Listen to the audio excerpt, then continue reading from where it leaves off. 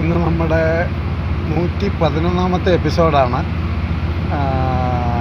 ഞാൻ ഒരു 3 ദിവസമായിട്ട് ഞാൻ നേരിട്ട് കണ്ട ഒരു അനുഭവത്തിൻ്റെ സന്തോഷത്തിലാണ് ഈ എപ്പിസോഡ് ചെയ്യുന്നത്. കാരണം കുറേ ചെറുപ്പക്കാർ അതായത് കഞ്ചാവ് മയക്കുമരുന്നോ കിട്ടാതെ ഭ്രാന്ത് പിടിച്ച് അലയുന്ന ഒരവസ്ഥ എനിക്ക് നേരിട്ട് കാണാനും പറ്റി. അത് കണ്ടപ്പോൾ ഉള്ളിലൊരു സന്തോഷമുണ്ടായി.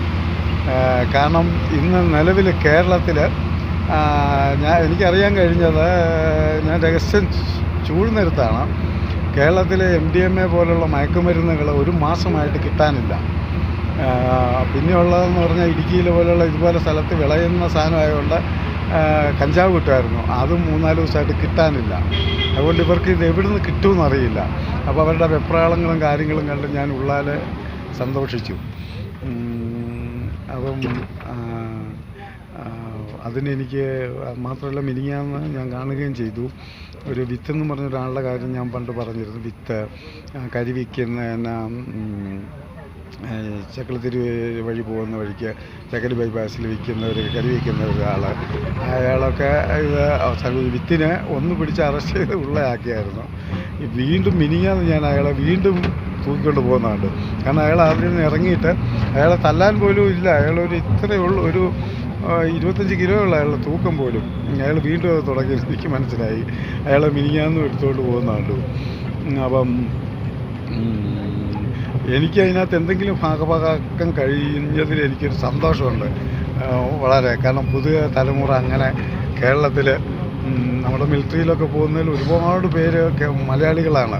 തമിഴ്, പഞ്ചാബികൾ അങ്ങനെയൊക്കെയാണ് പോലീസ്.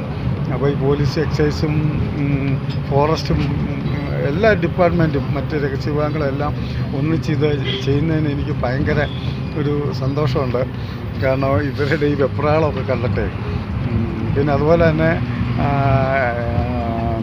എനിക്ക് പിന്നെ അതിൻ്റെ പേര് ഭീഷണിയൊക്കെ ഉണ്ടായി. എനിക്കിത് പറഞ്ഞു തന്ന ആളുകളെ സ്കെച്ച് ചെയ്തേക്കാമെന്ന് പറഞ്ഞു.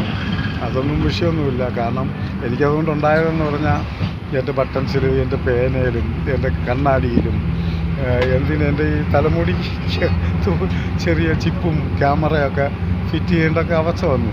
മാത്രമല്ല, ആരൊക്കെ ഇതിനകത്ത് എനിക്ക്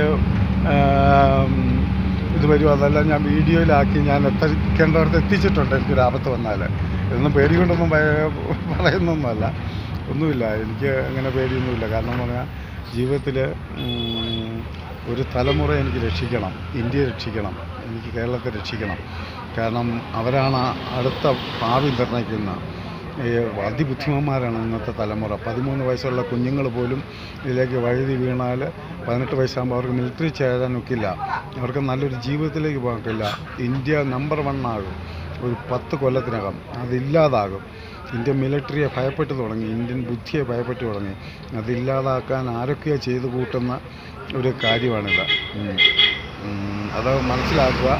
അപ്പം അതുകൊണ്ട്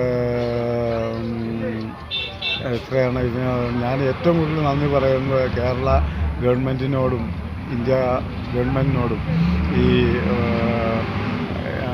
എക്സൈസുകാരോടും പോലീസുകാരോടും എല്ലാവരോടും ഞാൻ പൂവിട്ട് പൂജിക്കുന്നു അവരുടെ കാൽഭാഗത്തിൽ. കാരണം എന്നെപ്പോലുള്ളവരുടെ വിഷമം ആർക്കും മനസ്സിലാവില്ല. കാരണം ഈ പുതിയ തലമുറ നശിക്കുന്നതിൻ്റെ ഇതൊക്കെ എൻ്റെ ബേസിലൊന്നും അല്ല. ഞാനിതിൻ്റെ തിക്താനുഭവങ്ങൾ നേരിട്ട് കണ്ടവനാണ്. അത് എന്നെ ഒരുപാട് വേദനിച്ചിട്ടുള്ളവനാണ്. അതുകൊണ്ടാണ്. നന്ദി, നമസ്കാരം. അടുത്ത എപ്പിസോഡിൽ കാണാം.